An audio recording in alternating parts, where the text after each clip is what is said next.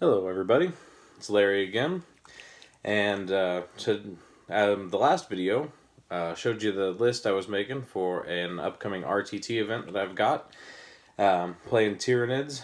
So today, what I'm going to probably do is I'm going to try to put some primer on the Tyranocyte.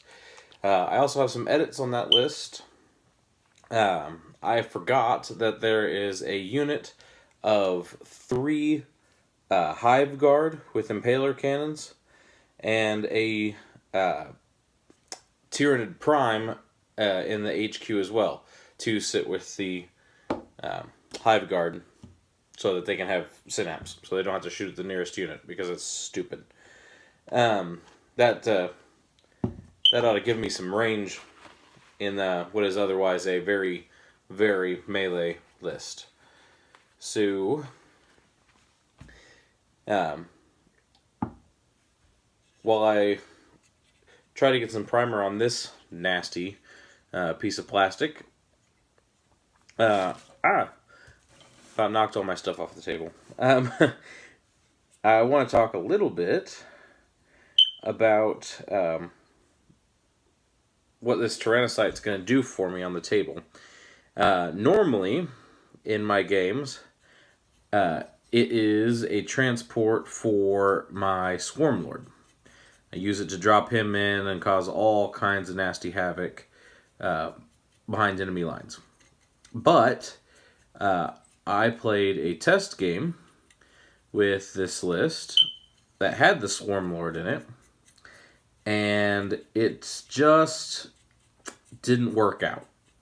I have a feeling that it was mostly the dice's fault, because the Swarm Lord just fizzled on me in a bad way.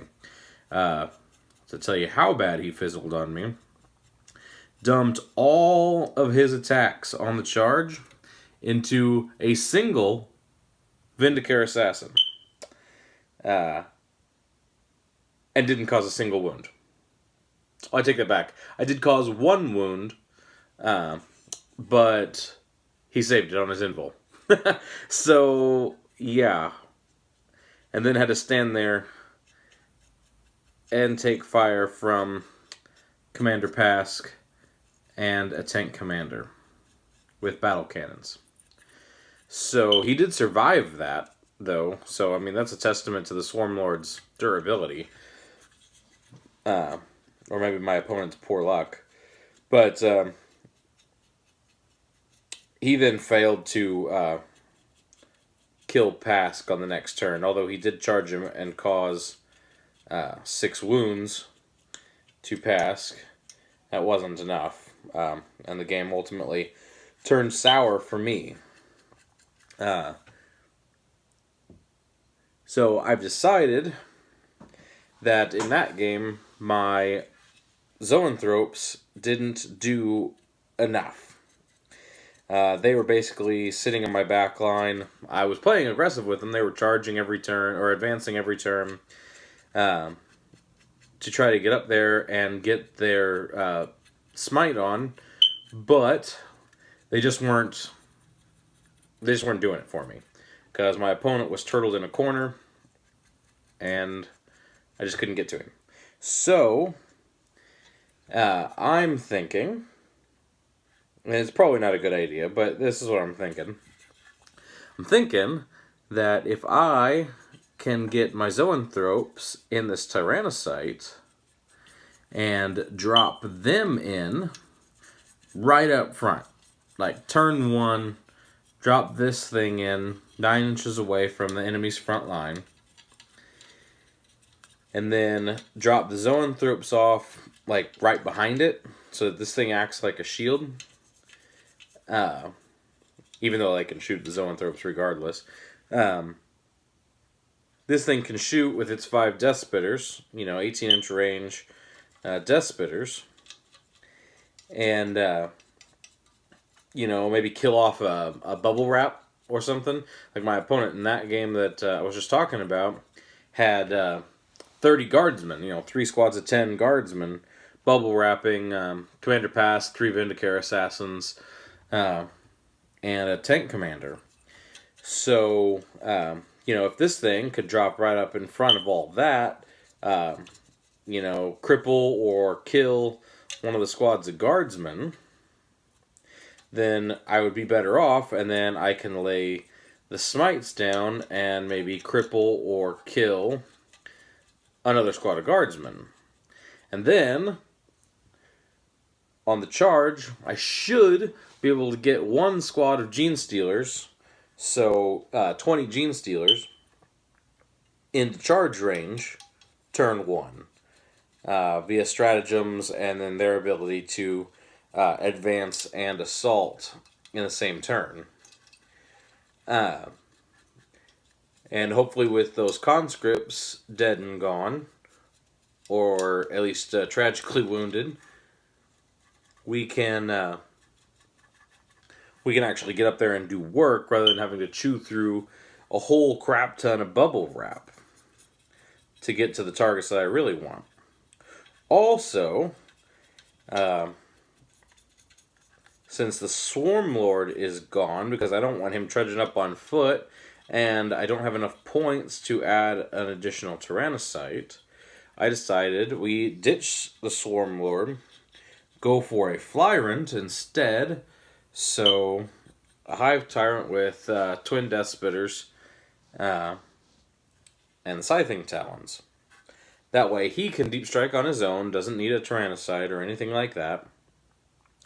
And then he can Deep Strike alongside the Zoanthropes, or on a different flank, or take an objective, or something of that sort, and cause havoc on the enemy as well. Because a regular Hive Tyrant, while not as nasty as the Swarm Lord, is still pretty nasty. So that's the goal there.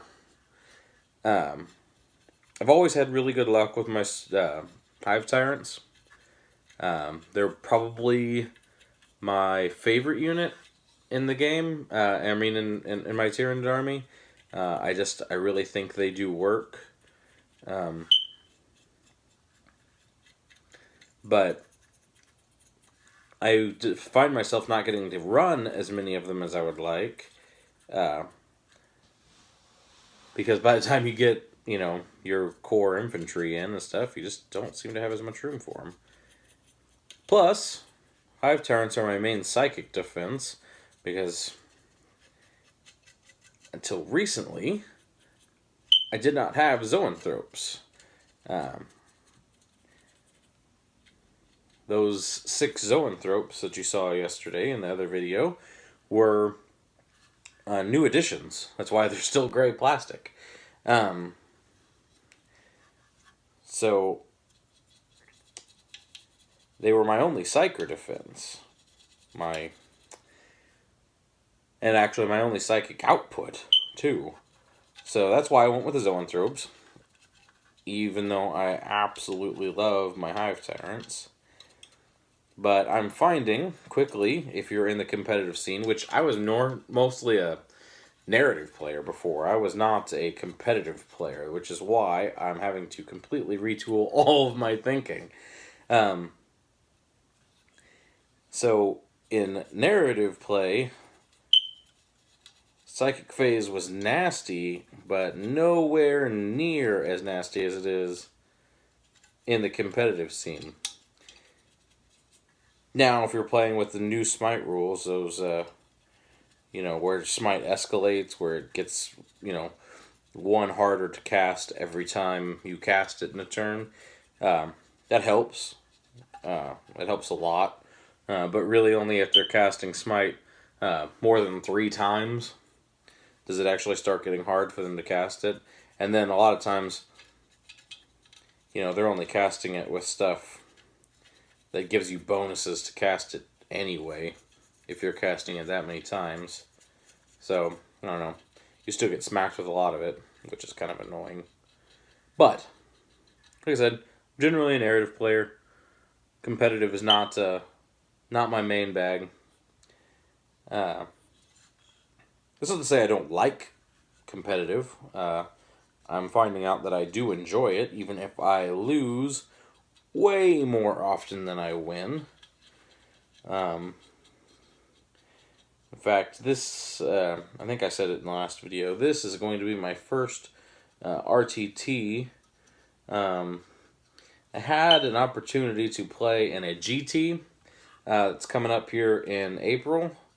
No, May. It's coming up in May, but I was thinking, no, I better get a couple more little tournaments under my belt before I go play in a big GT. But this RTT is just at the local game store. It's with a bunch of people I know. It's going to be an environment that I'm comfortable in. And I think it'll be a better experience overall. Rather than going and getting the crap kicked out of me by the rest of the Midwest. Just go get the crap kicked out of me by my friends at the local game store.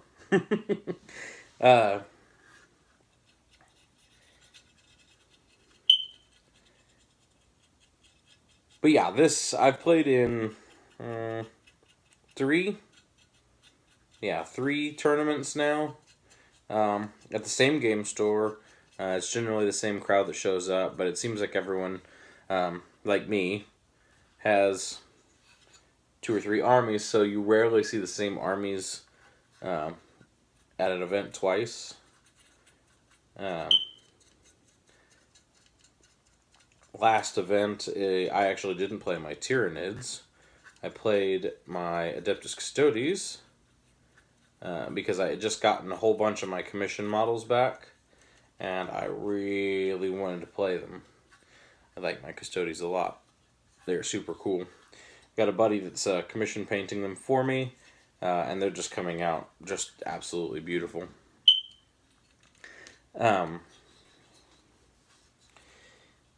And they're a lot of fun to play, but they are just so much different than Tyranids, which is honestly why I bought them.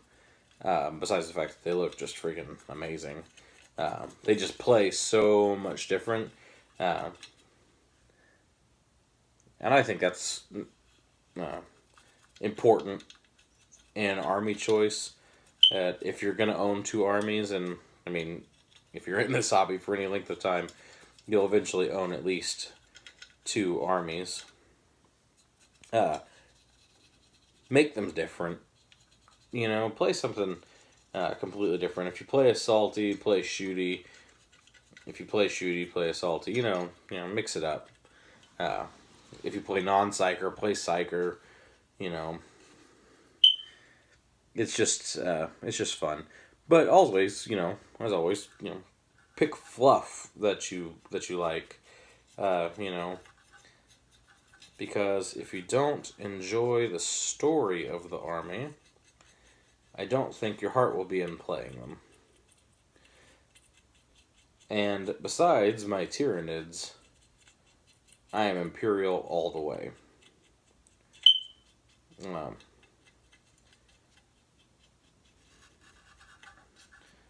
Obviously, I mean, Adeptus Custodes, you don't play, the Emperor's Chosen unless you're, down with the Imperium. This thing is taking an absolute insane amount of primer. I am not even halfway through putting primer on this thing. And I lost my bottle. There it is.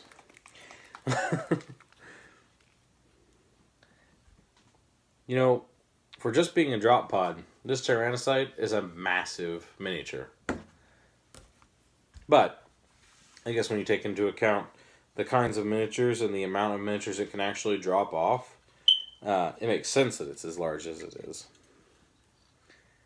Because a Space Marine drop pod can drop off like 10 Marines or 5 Terminators or a Dreadnought. This can drop off 20 troops or a monstrous creature with less than 14 wounds, I believe. So, most of my monstrous creatures.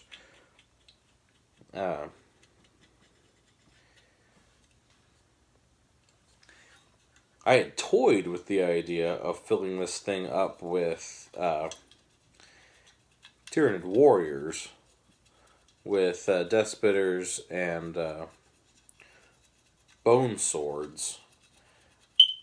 That's how I run all of my Tyranid warriors, Death Spitters and Bone Swords. Just seems to be the best outfit, because that would be a pretty nasty charge to have to take turn 1, as Death Spitters and Bone Swords. But I don't know.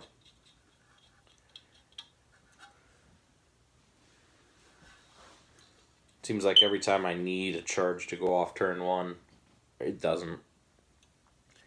You know, no command points in the world could make a charge go off for me on turn 1. I mean, I guess I take that back. My last game, I did get a charge off turn 1. Brought Genestealers clear across the board. Charged me some guardsmen. And made hamburger out of a bunch of guardsmen. It was wonderful. And then Saint Celestine came in and just destroyed my Genestealers. Because that is what Celestine does. Destroys all your hopes and dreams.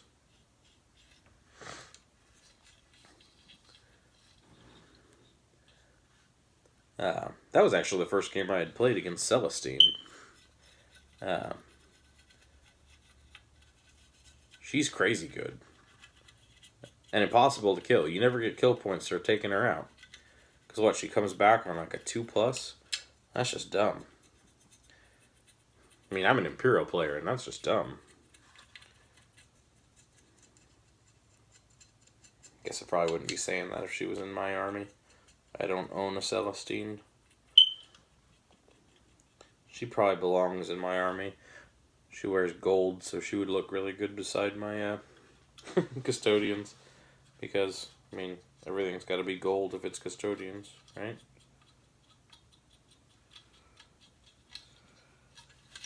Oop, jeez. Don't drop your miniatures while you're trying to put primer on them.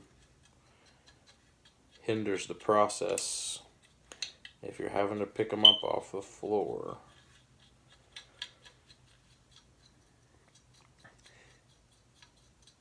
But speaking of me painting, you're probably watching this, or not, because I doubt anybody's actually watching this, and going, oh my god, what is he doing? Why is he just willy-nilly throwing primer all over this model? It's going to look terrible. Yes, it might very well look terrible. This is how I paint. So, you know, leave your comments, send your hate mail, or not, because you're probably not watching this. But this is how I paint. And it comes out pretty well for me. I don't win any painting competitions. That is not what I do. I'm not that good. But I do put painted models on the table more often than not. Unless I'm just testing stuff out. Although, to be honest, I don't test models out all that often. I have a really, really bad habit of just buying them. And then if they suck, just keeping them. You know, shelving them. You know, put them back in the box and and never play them again. Or only bring them out during like an apocalypse game or something when you just need to fill in like another couple hundred points. It's bad. I really ought to get better about that. Like, save my money. But I mean, it's not like I'm made of money either. Like, I gotta watch what models I buy, but still, I just like the minis so damn much that it just makes more sense to me to buy it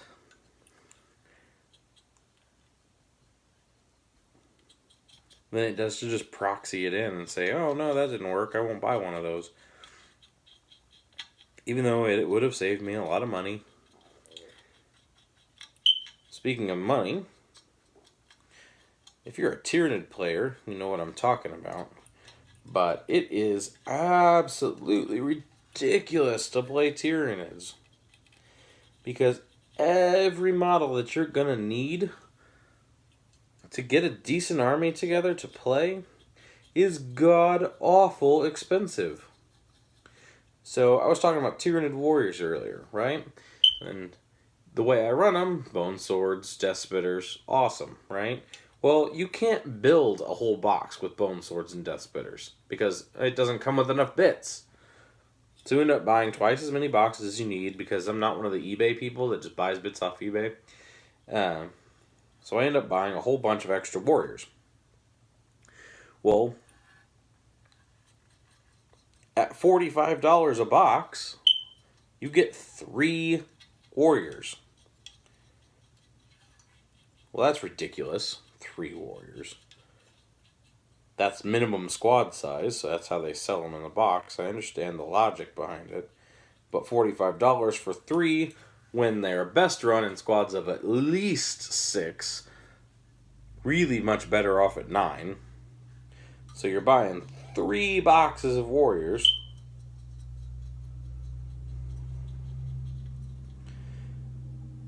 So you're like at $135 for your warriors. That's a lot of money for a troop choice to get one squad. Say you're like me, and eventually someday you'd like to run a whole army of warriors as your main troops, Now you need 3 squads of 9 warriors, and then if you want to be really cool, you're going to want to play Tyranid Primes for your HQ, so you can throw a Tyranid Prime with each one of those units. Well, that's another box.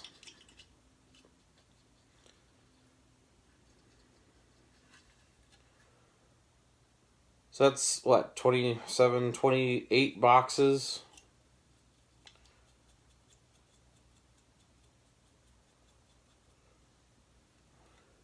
Oh no. That's just bad math. It's like 10 boxes of Tyranid warriors. It's like $450. Yeah, now that's good math right there. I can multiply by 10. That's like $450 for troops at HQs. Now, granted, it's a shit ton of points, but still, $450 for HQs. But that's not my main gripe. $45 is one thing. That's like buying Terminators or something, That's, I can see where you got your price for that one, I guess, even though I'm upset about it.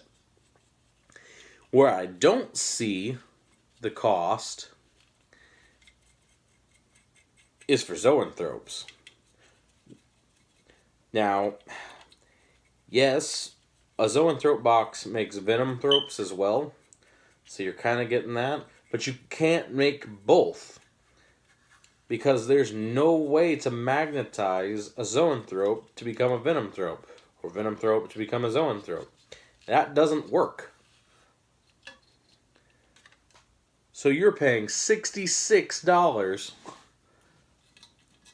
for 3 zoanthropes. Okay? If you're running your zoanthropes in anything less than 6 zoanthrope squads, you're doing it wrong. And I don't usually say that about the game, because there's no wrong way to game. If you're having fun, then you're doing it right. But seriously, they get their max effectiveness when they're in squads of 6. They at least have to be 4 or more to be playably good.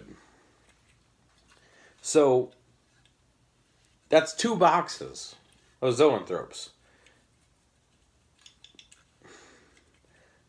To be reasonable. It's $66 a piece. That's ridiculous. Oh, yeah. Not to mention the fact that if you want to build neurothropes, which you're going to want to, that becomes your odd man out. So that's another box. So to run a squad of 6 Zoanthropes with a Neurothrope HQ, that is 3 boxes at $66. Dumb. Dumb. And, to boot, I like to run Venomthropes because I am tired of getting shot off the board turn 1. So, I started running Venomthropes. So that's another $66 a box. And if you want your Venomthropes to cover monstrous creatures, which I don't generally because my monstrous creatures are either Deep Striking M or they are Carnifex with Spore Cysts, so they provide their own cover. But if you want them to cover monstrous creatures, you gotta have 6 of them. Okay? So that's dumb. 6 Venomthropes. $66 a box. But I own them because I am just used to the abuse because I'm a GW fanboy. So, just used to it.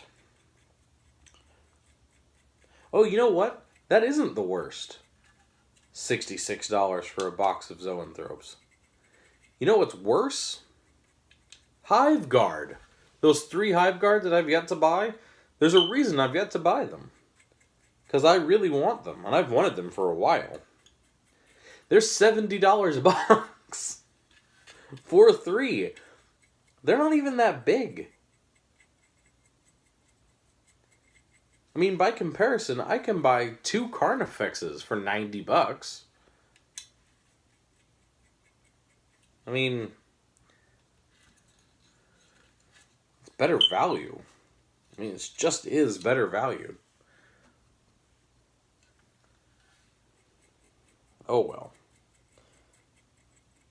Yeah, because at least with Zoanthropes, I can make an HQ choice or an elite choice. You know? With Hive Guard, you can't make an HQ choice out of Hive Guard. Oh, I guess the Hive Guard pack, no, you still can't make an HQ choice. But the Hive Guard pack, you can make a Tyrant Guard out of a Hive Guard pack. But you don't probably see a lot of people. In fact, I don't see anybody. I own a couple very, very old Tyrant Guard. The metal roly-polies. Call them roly-polies because they're literally just like a ball of metal. You don't see a lot of those anymore because everyone's running Flying Hive Tyrants. Because the name of the game, especially with Tyranids, is speed. And they are not fast. They're just not. So, why run Tyrant Guard? Because they do okay in close combat, you know? Like, when your Hive Guard, or when your Tyrant Guard get up there, following your Hive Tyrant on foot, they do work. I mean, they got, like, Crushing Claws or Scything Talons, depending on how you outfit them.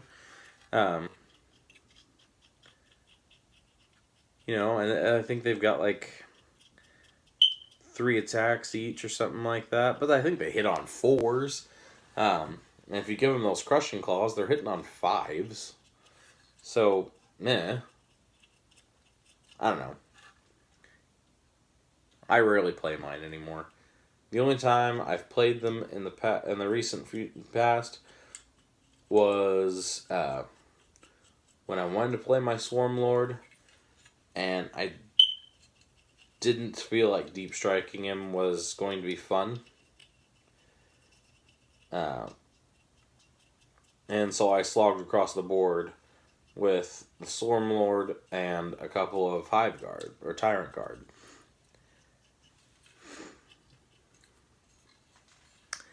And, Yeah, they did okay. They got left behind. They didn't get to assault in the turn that the Swarm Lord did. The Swarm Lord's so much faster than they are. You know, even placing them a couple inches further ahead than him and then running him by them and stuff like that. Using the tricks, you still get left behind. I mean, I say using the tricks, like I know the tricks. You know, I don't. I'm making this stuff up as I go along. This is just my random thoughts. You were forewarned. That's exactly what this video is going to be. This entire channel is going to be, is you sitting here watching me paint. Well, I talk about what I'm painting.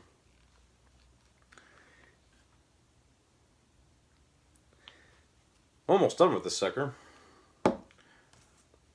It's taking a lot of primer, but I've got a good majority of the primer on.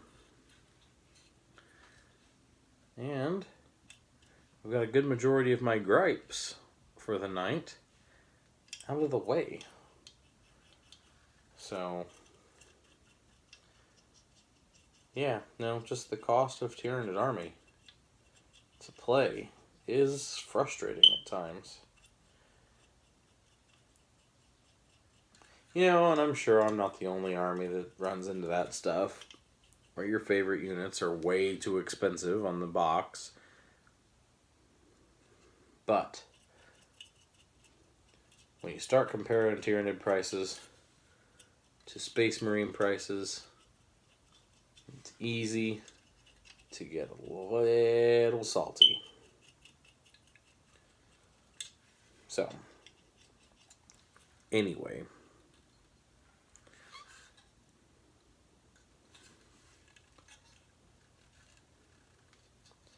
You ever turn a model around so many times you forget what parts you're painting on? Because no matter where you turn it, you've missed a spot. I'll pick this sucker up tomorrow, and I will still be finding spots I missed. And there comes a point where you just have to put the model down, because you stared at it for far too long, and your eyeballs just can't tell the difference between plastic and primer anymore. I do that with my Gene Stealers. By the time you've primed like 15 little infantry minis, just put it down. You're done for the night. Ugh, when I was priming all my gaunts, about lost my freaking mind.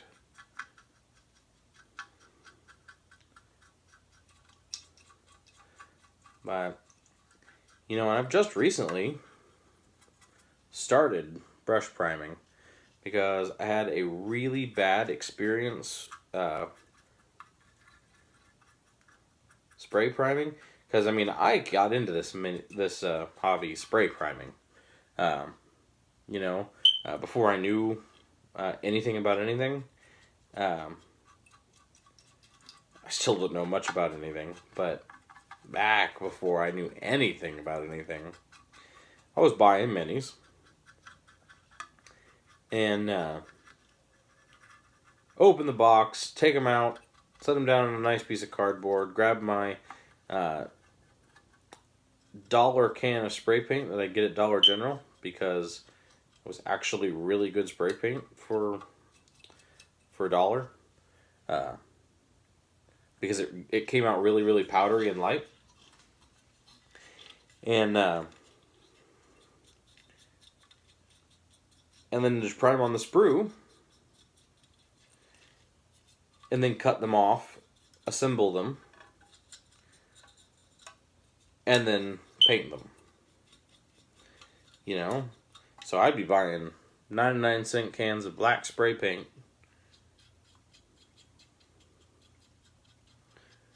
and priming on the sprue. That's how I did a lot of minis. And it worked out great for a long time, you know. I still think it's, a fantastic option if you can do it. A lot of people look horrified at you when you prime on the sprue. I know the first time people at the store that I game at, it's not my store. I'm there often enough. Feels like it's mine sometimes.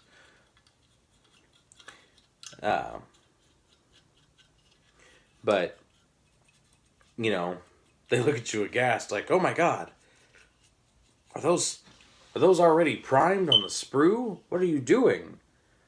Well, yes, they're primed on the sprue. Poked a hole in my shirt.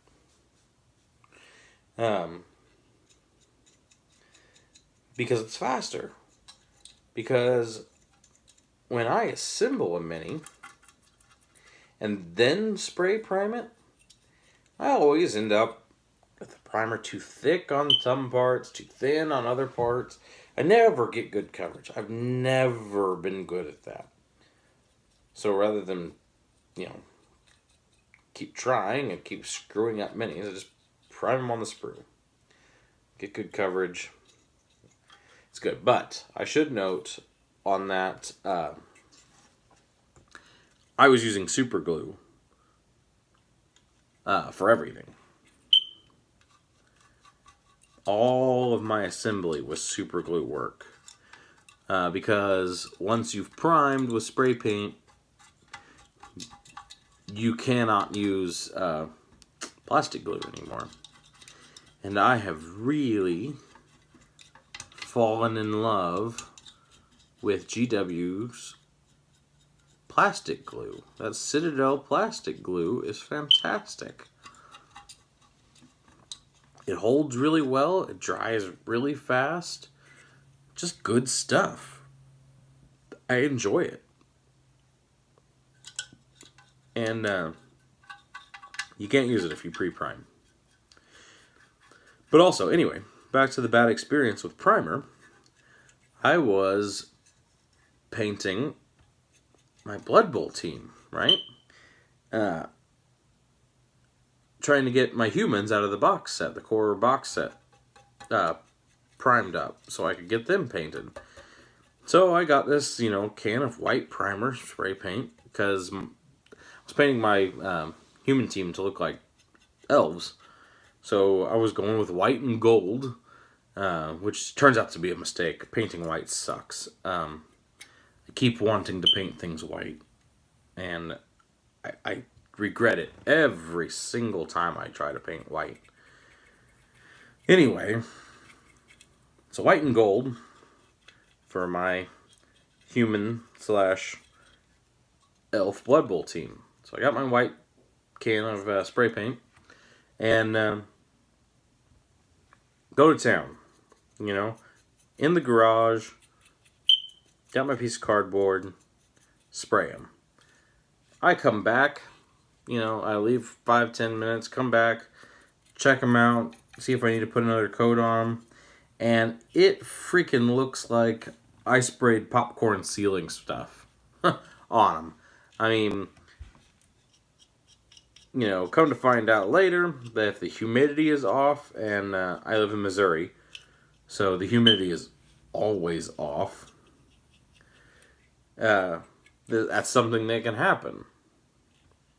I didn't know that. I'd never actually ran into that problem before.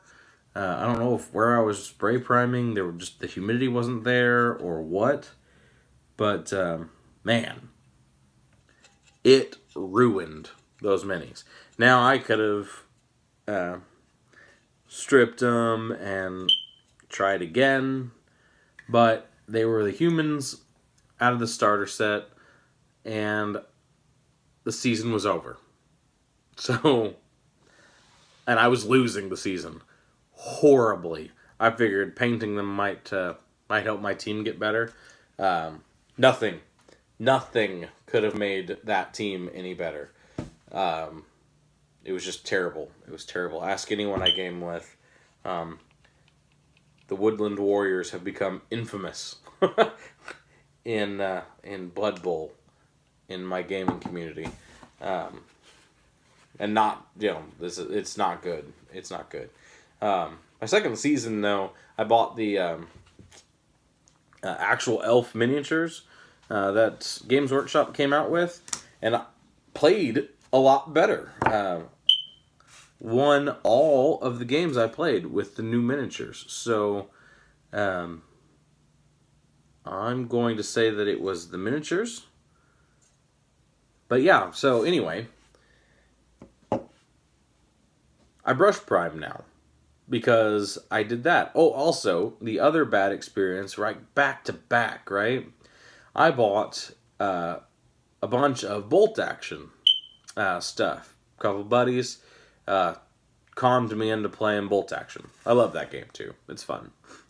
But anyway, I bought a whole bunch of bolt action Marines, U.S. Marines, and had all my infantry laid out. Was going to prime them on the sprue like I always did. And they came out a little fuzzy. And I was a little pissed because I wanted them to look nice because two of the people I play with are like all but pro painters and their armies are coming out looking really cool and mine look like trash. But what really pissed me off is my little Sherman tank. My Sherman is fuzzy. I mean, it looks like I put flocking on it, because I used army green, and that just really pissed me off. So I decided, you know what? I put down the spray can, and I haven't picked it up since. I brush prime everything. And I don't know, everything seems to come out okay with the brush prime. So, let's see. Here's an example. Where's the camera on this thing? So that's a Gene Stealer that got brush primed. Man, the closer I hold it to the thing, it just gets fuzzy. But and you can see the difference between the Tyranocyte that I just brush primed, and then then you brush coat your first color on. Gene Stealer turns green. So yeah, and then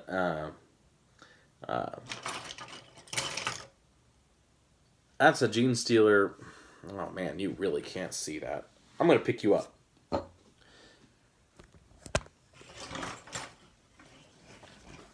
And flip the camera around. There we go. So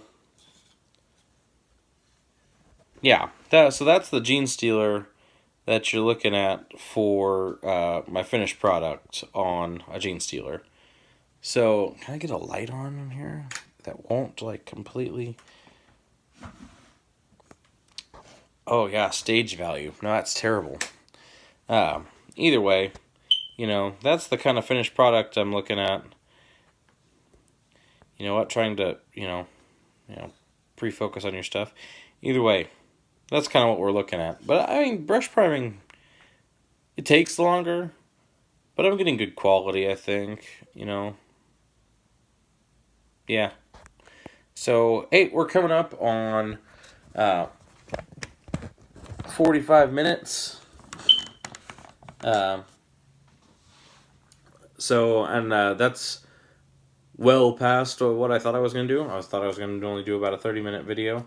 But, so yeah, got my Tyranocyte primed. Maybe we'll do a little bit more work on him next time. So, yeah, have a good night.